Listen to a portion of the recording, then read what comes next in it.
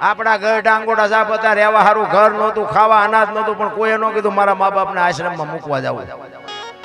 આ ભણી ભણીને તમે જુઓ તો આશ્રમમાં ઉભરાય છે, બોલો અહીંયા હમાતા નથી.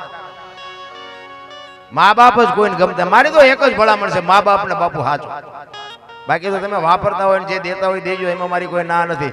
મંદિરે જાઓ ન જાઓ, પણ મા બાપના બાપુ કાળજા ઠારો ને, જિંદગીમાં તમારે મોળો દી ઉગે તો આપણે તમારા ગુલામ થઈ જાય.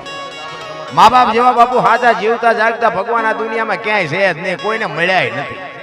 તમે રામજી મંદિરમાં મંદિરના દર્શન કરવા જતા હશો, કોઈ દી મૂર્તિએ વાત કરી તમારા, અને અહીંથી કદાચ દ્વારકા જાઓ, સોમનાથ જાઓ, ગમે અહીંયા જાઓ, કોઈ મૂર્તિએ તમારી વાત કરી.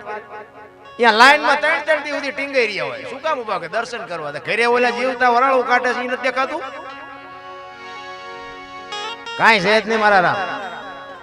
માન બાપના બાપુ આશીર્વાદ મળી જાય ને તો વિધિના ચકડા ફરી જાય મારા રામ. તમે સુખી ન થવાના હોય ને તોય મા બાપનો આશીર્વાદ અડી જાય, તમને આ દુનિયાની ટોચે પોગાડી દે.